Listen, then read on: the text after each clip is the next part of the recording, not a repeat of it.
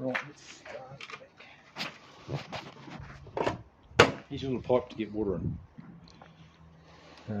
What I'll probably do is I'll just talk you through first and then we'll video it after. Oh yeah, here you go, you video, babe.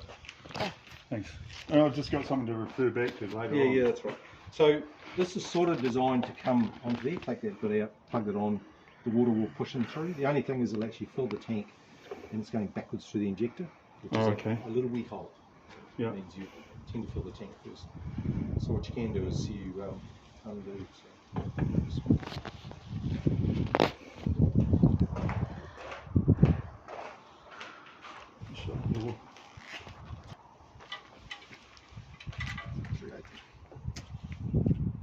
Little engines in it. They love those things. They do. It's like my wee minion train. The kids love them, but the model engineers look down their nose at it. Yep, that sounds about right too. So it's like, oh, it's like we had a night run at Horsell last couple of weeks ago. Station. So you just, I think it's a shame one.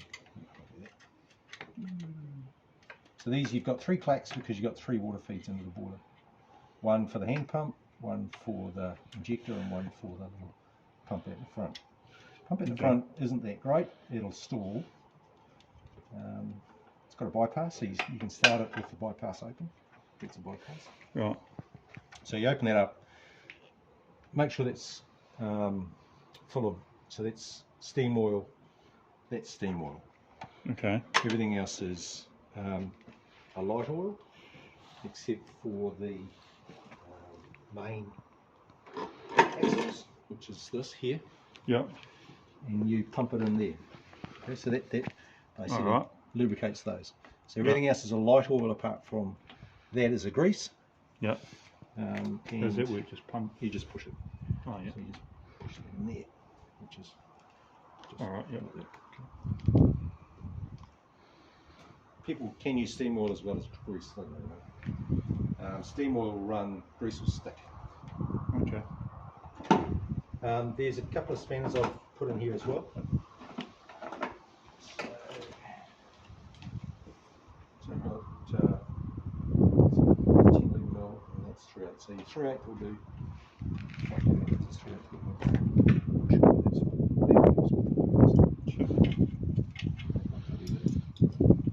They're in the box. Right. There's your shovel. Shovel, good. And you can see that's the sort of how much you're firing. Hmm. And little locos are light and often, not heavy and sort of soak it up and have the blower going flat. No, so you don't go black hot. It's a light and often. Right. So you're trying to actually, and this, so you fire a little bit on the run.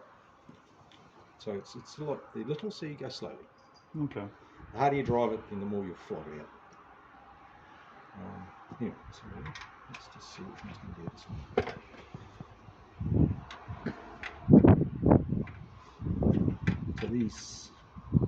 So these are all olive fillings.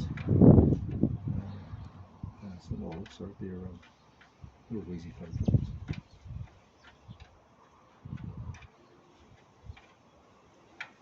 When you're in steam, see, fill it up full of water, come up to at least half a glass. Right. When the pressure comes on, the water will rise because when water's hot, it expands.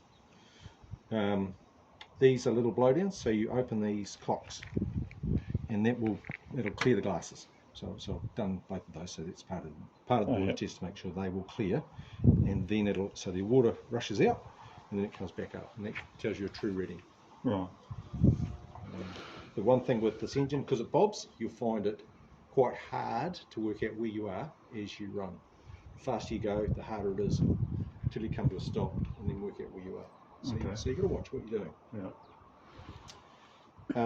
Bit lost at the moment. Sorry? I'm a bit lost at the moment. Yeah, it's a little bit. I was like, wow, what am I doing? So that's why I said when you go back to Christchurch, talk to basically. So Stuart Ward is probably, just from the guys that I deal with that I know in Christchurch, would have the most patience to talk you through. So pull it off. Put that on there, tighten that up, plug it in. Oh, okay, There you yeah. go. All right? So you're actually shoving boiler into the clack valve to fill it up till you get to that height. Then you just undo it, put it all back together. So when you put water in, you put water through there, not through here? Yeah, well, so you'll do, so when you start, okay, your first thing when you turn up at a track or at home, whatever, you fill the boiler full of water and you go, I have water, that is good. The second thing you'll do, so this is full, then you'll fill the tank and go, right, if I get into trouble, I have water available to fill into my boiler. Right, okay. So then you come around this side. So see that pin? Yep. That holds the grate. Right. If you get into trouble and you need to drop the fire, you just pull that pin. All right. And then and the fire will fall out. Right. And there's so don't be afraid to do that. It's much easier to start again Yeah. than it is to replace the boiler. Right. So always so young guy, people that start off always think, oh, I've got to keep going. You go, no, don't do that. Whatever you do is, if you're uncomfortable, you stop. Right. And if you think I'm not getting water, or basically the water's down the bottom of the glass, I'm not sure where the water is, get rid of the fire and start again. Right. So that's the. It's like emergency, it's safety, it's have that as an attitude as opposed to, oh yeah, this is good, it's going to go and it's all good. Yeah? Otherwise you'll get into trouble, and then it'll be a very poor investment. Yeah, that's the one.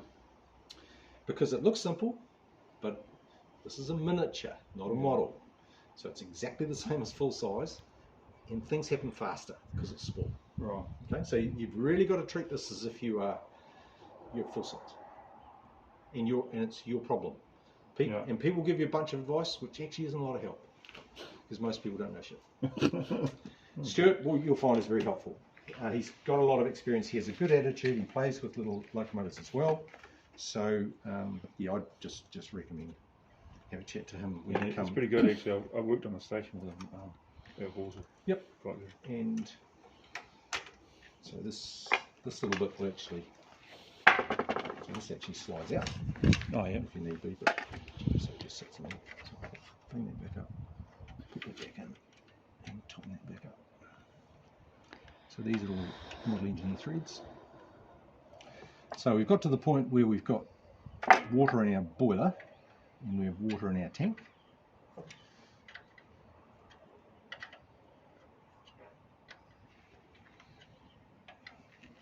So the other part with fittings, these are brass fittings. Right. See the size of the spanner? Yep. It's appropriate that you don't over tighten shit, otherwise it breaks. Okay, so you do have to be quite, you have to treat it with the size that it is, and sort of like a rule of brass is when it talks to you, that means it's tight. But the likes of this, basically, that's tight. Right, okay. Because it actually is, the brass is pushing the brass nut's pushing a brass olive into the bottom of a brass fitting. Right. And it's a taper. Okay. So it doesn't need to be tightened like shit. Okay? Good warning, thank you. Right. So very simply, so we've got water in our tank, we've got water in our boiler. Before you leave the station, before you start moving, from a safety point of view, a lot of guys will lift safety valves, and it's like, well, it's had a boiler test. You don't actually need to test safety valves; they'll sort of look after themselves. It's more critical that you go, now, will my injector work, or will my hand pump work? So, can I get water in this thing before I move? Right. Because that's you know how to shove fire in it, but do the water systems work? So, these tend to be lifting injectors, and they like to be cold. So, if I go through what's at the back here, sort of from left to right, that's your tank for the oil to lube. These you adjust, and they're shut at the moment, so that they're shut when you start firing, and you turn on the steam. This isn't that one. I think you turn on the steam to the tank, because what you do is the steam comes from the top of the boiler, condenses in the tank into water, but it's water at boiler pressure, and that pushes the oil up through the sight glasses against cylinder pressure. So that's a hydrostatic lubricator. Hydro being water, static being that it doesn't move, as opposed to a mechanical lubricator that is a little pump. You've got, God, I can't remember now. Let's just go through the rest. So that gets you lubricating. One of these is, I'd say, one is the pump, one is the blower, and one is the injector. So from recollection, and this is why I probably should steam it, but anyway, pretty sure that being small, so that'll be the lubricator, and you just crack the lubricator on when you're roughly, so boiler pressure's coming up, you're about 30 psi, crack on the steam supply to the hydrostatic lubricator. Right. And around 30 psi, you've had the blower on. So to get your steam up, that one. You've had this going. So that's going rah rah. It's gone from 0 up to around 30. That's when you'll go right. Turn the hydrostatic lubricator on, turn the blower on, and then pull this out. And then now it'll draw by itself. Right. So 30 is a good number.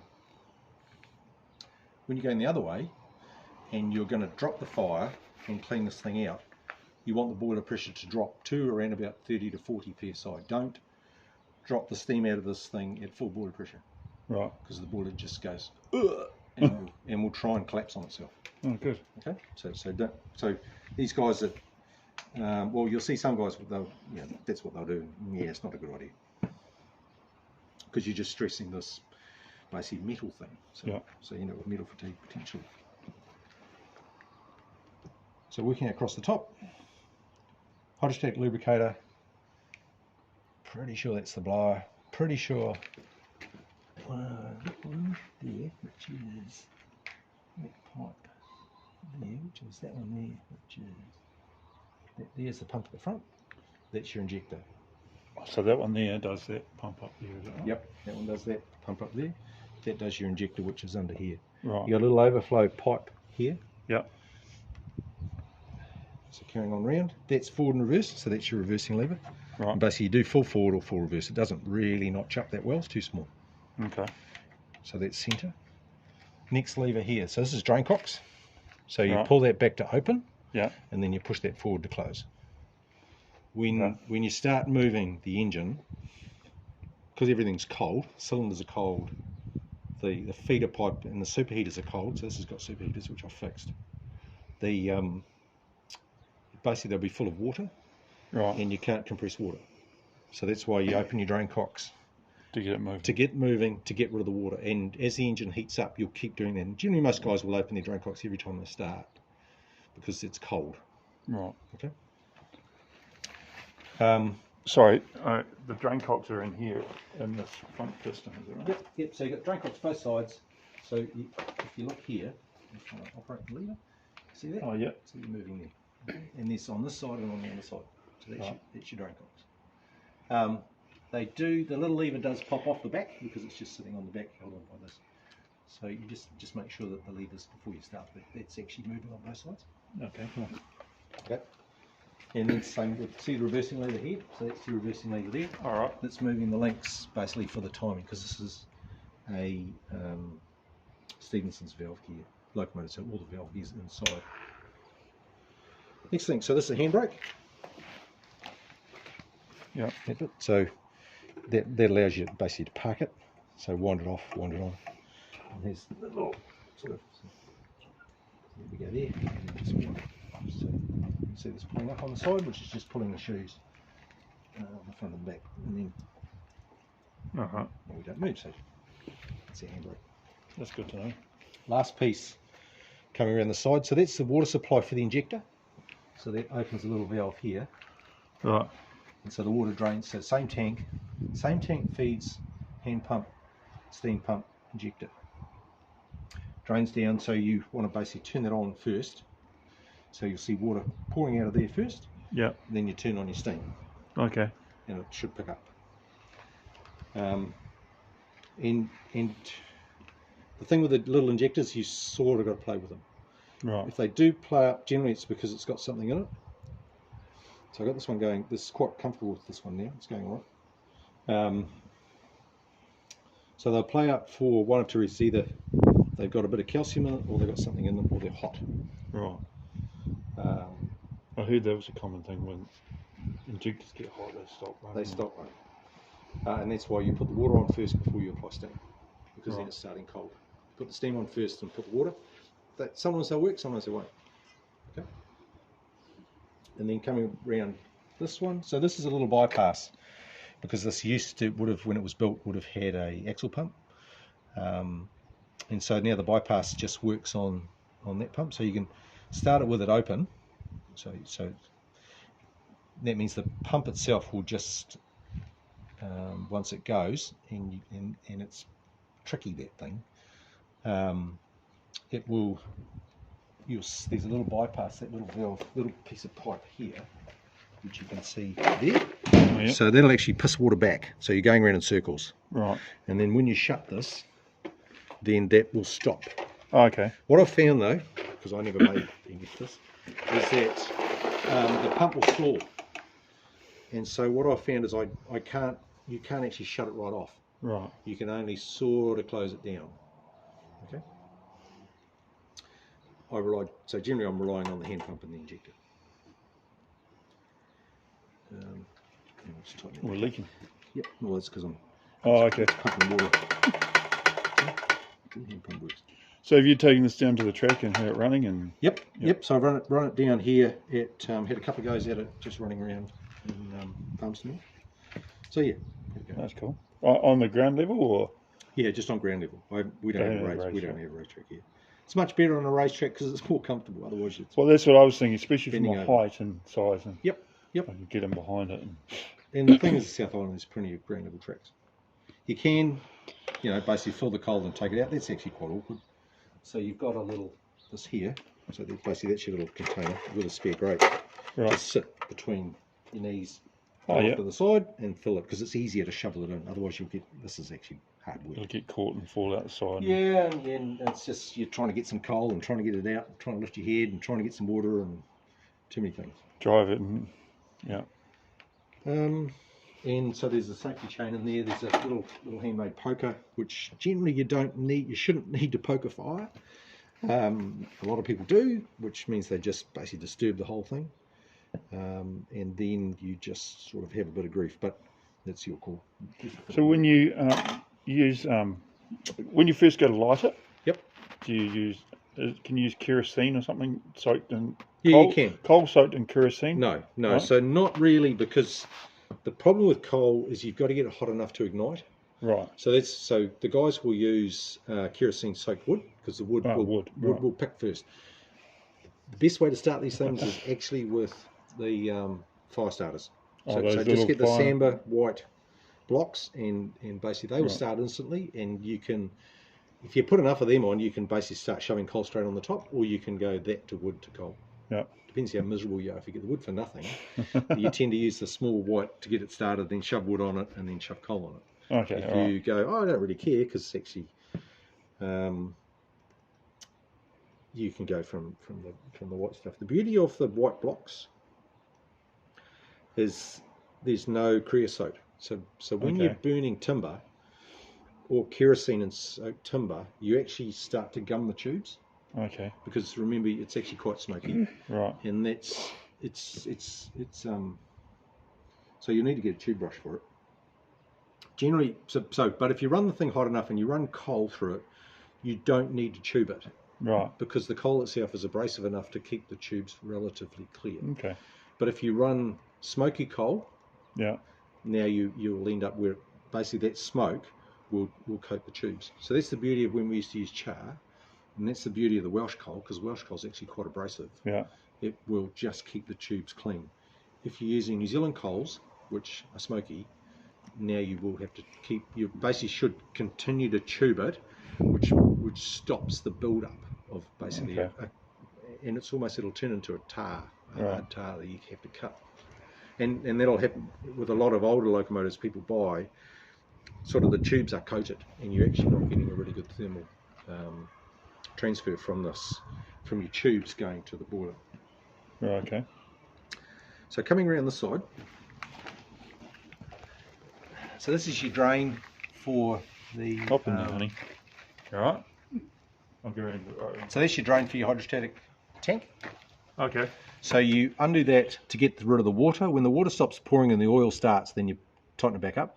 Right. And then you fill it from the top. Okay. And there's a... Basically use that. And you go squirt, squirt, squirt, squirt, squirt. Okay. So this pipe here, that's your blow down when you empty the boiler. That's this valve here. So when you want to get rid of steam, so don't leave water in the boiler for these engines. Because they rust? No, because our water has silica in it, silica and limestone, and so over time you end up with a silica build-up. Yeah. What a lot of guys with a copper boiler do, they'll put a little bit of vinegar to basically to lift the pH. So the water pH coming out of your tap is around 7. Right. But it will tend to go slightly caustic as it gets hotter. I don't know why it does. So the being slightly acidic means it's sort of trying to maintain a pickle on your copper boiler so that it won't harm the boiler, but it's trying to stop a calcium build-up. So calcium being caustic, so that's higher in the pH level. So that being slightly, and vinegar is a very weak acid. So you just put it like a cap full of vinegar if you want to. Like white vinegar? Just white vinegar. Don't put too much because then it'll stink, because it'll actually, because it does smell. You do smell the vinegar coming off. So don't put too much. Just need a little bit, and if you don't, like I don't use it very often. I'll occasionally put it in when I feel like it on a copper boiler. Steel boiler I don't. So always with copper boilers, when you finish for the day, you get rid of the steam and you leave it dry. Right. Okay. It doesn't rust like a steel boiler, but it's still, if it sits in there, the water won't help the build-up of calcium. And this is a pretty old boiler, so well, this is the second 1980, boiler. I think it was made. Yeah, but this boiler got melted pretty early on by a young guy who got it off before. So this is actually the second boiler that it had. Oh, okay. Within the period, but so it was built 1989. There's a stamp by John. Oh, I've got it's on the paper. So carrying on around. So this little valve, that's to drain your tank. It's only a little wee valve, so it's only a little wee pipe, so it takes forever. All right. So then keep coming around. That's half the fun, isn't it? You just stand around and talk. Oh yeah, totally. You know? So this is how you clean it out. So this is our wee door. If I can give it the right way. So it's that way. All right. So that pops out, sits on 2 hinges. Yeah. You have it that way around, then you can't tighten it up. Right. So I haven't cleaned it out since I basically did the last steam test on it. You can either, if you can, you get a vacuum cleaner and suck it out because that's easy. All right. Yeah. Otherwise you clean it out with your fingers.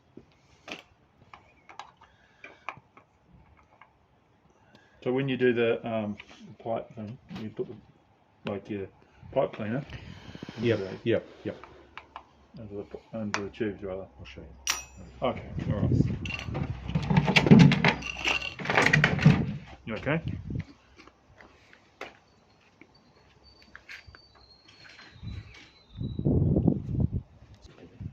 Oh yeah.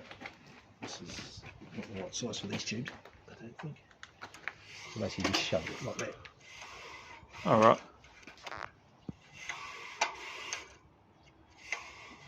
That's all you have to do. So you can either you can buy these. So you can buy it through MBM, which you'll pay basically a margin, or you can just go online. And the best supplier in the UK is a crowd called Poly Engineering. Okay. And they are really good. So they're very quick, good to deal with.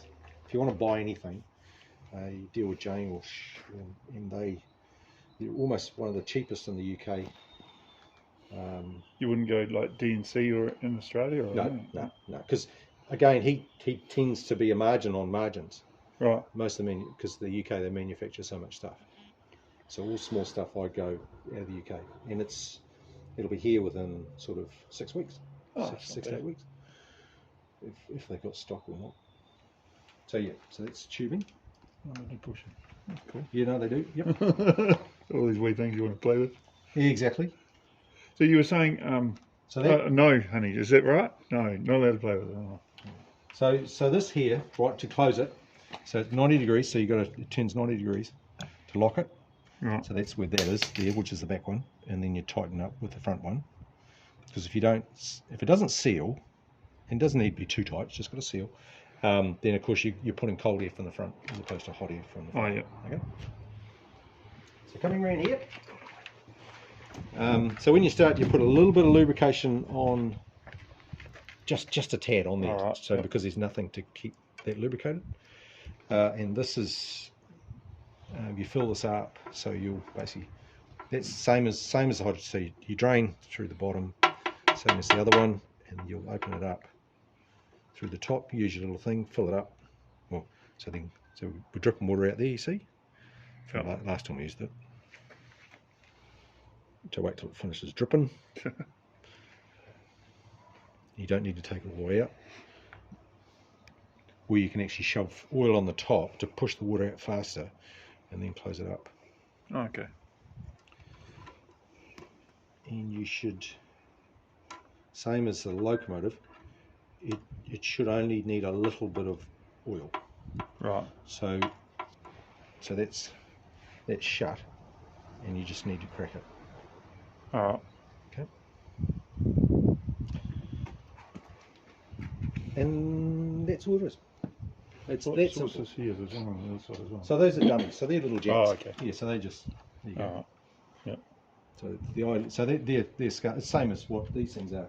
The 3 little lamps. Oh, yeah. So your little lamp does come off here, and so that sits on there. Oh, it is tiny, isn't it? Yep. So a little bezel lamp. These are little lubricator boxes that just feed oil down into. They used to feed into some of the valve gear, but they don't. I don't know what happened to that. So what I would do is you get in there with an oil can, and you make sure there's oil when you start each time at each of the links and up into the slides. So basically within all that valve gear you want to get some oil.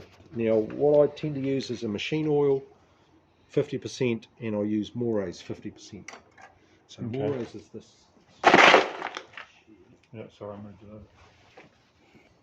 So when Super Cheap Auto have a 25% off or whatever, that's when you buy it. All right. And because this basically makes it stick. Right. So you're trying to get it to stick because you don't have any cups. You've got nothing to actually hold as a reservoir. It literally is splash lubrication. Right. Okay? So that's. So you just do that once.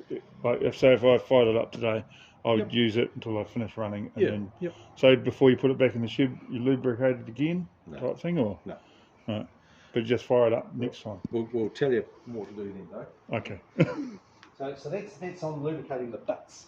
So we got steam, things are working, life is good. Finish for the day, blow it down, and then what you want to try and do is get some oil into the cylinders. So you can open up the door in through the exhaust pipe and just get some steam oil in there, or use WD-40. Right. Because WD-40 will push the moisture out. Okay. So these I believe these have got bronze cylinders. They'll have a cast iron ring.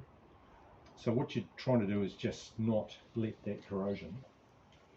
You just want to try and push the water out. Right, and you just push it up and down with the drain cocks open until this thing just goes chuff chuff instead of spray spray. Because when you're dropping the steam and it's cold, the steam will naturally condense in them. So you're trying to push the water out. Right. Okay. And then you just put it away. And that's it. All right. That's pretty cool. And that's all there is to it. It couldn't be simpler. Yep, same as last week. Still interested? Oh yeah, absolutely. We've come all this way. Oh yeah, no, it's all right. But as I